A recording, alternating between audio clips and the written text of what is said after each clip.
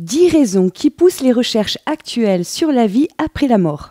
La première raison, ce sont les NDE, ou en français, les expériences de mort imminente, les EMI.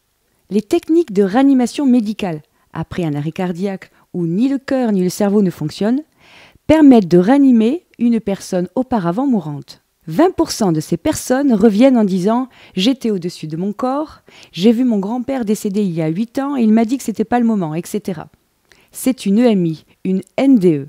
Des millions de personnes dans le monde ont vécu des NDE. En Occident, 4% des individus ont fait une EMI. Ce n'est pas rare. La deuxième raison, c'est la conscience. Les théories matérialistes échouent à expliquer que le cerveau génère la conscience. Alors la conscience est-elle indépendante de notre cerveau?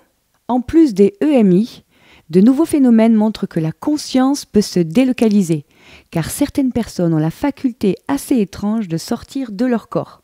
Et si la conscience n'était pas produite par le cerveau, cela veut dire que lorsque le cerveau s'arrête, la conscience continue. Le corps a besoin de la conscience, mais la conscience n'a pas besoin du corps. On arrive progressivement à l'idée que la conscience survit à la mort du corps physique. La troisième raison, l'espace-temps. Nous sommes dans un monde à 3 dimensions, longueur, largeur, profondeur, et une quatrième pour le temps. Selon les physiciens, il y aurait d'autres dimensions cachées. La quatrième raison est la mécanique quantique, qui dit qu'il y a une réalité ultime, différente d'une réalité apparente. Dans les années 90, il est dit que le vide contient de l'information. Donc, il existe par définition des mondes invisibles. Car la structure du vide contient considérablement plus d'informations que notre simple réalité. Et en plus du corps, il y a l'âme qui est le système d'information. La cinquième raison sont les caractéristiques de l'âme, qui est immatérielle et qui survit après la mort.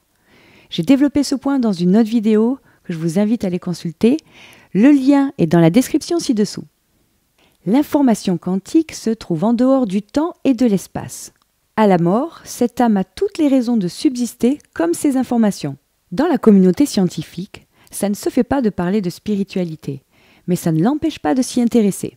La sixième raison, c'est la spiritualité, qui est souvent confondue avec la religion. Mais ce n'est pas la religion.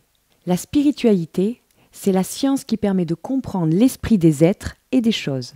La septième raison, ce sont les médiums. Il y a peut-être des charlatans, mais il y a aussi de vrais médiums. Ce sont des personnes qui rentrent en contact avec les défunts et qui nous transmettent leurs messages. Les travaux et les études sur les médiums disent qu'il est possible d'aller chercher des informations précises et véridiques sur des personnes décédées. La huitième raison, les signes. Des études montrent que 20% de la population a déjà reçu d'une manière ou d'une autre un contact avec leurs proches défunts. Peut-être vous aussi, vous avez reçu certains de ces signes. Peu de personnes osent en parler, car elles ont peur de passer pour des illuminés. Pourtant, si vous en parlez, vous serez surpris. La neuvième raison concerne les personnes en fin de vie, en soins palliatifs. Des recherches et des travaux ont démontré que 1/4 de ces personnes font des états de vision, dans lesquels leurs défunts, leurs familles viennent les aider et leur faciliter le passage. Des chercheurs ont expérimenté sur 1000 participants une TCH, c'est-à-dire une transcommunication hypnotique, pour entrer en contact avec les défunts. Cela se fait sous forme d'ateliers d'hypnose collective avec charbonnier.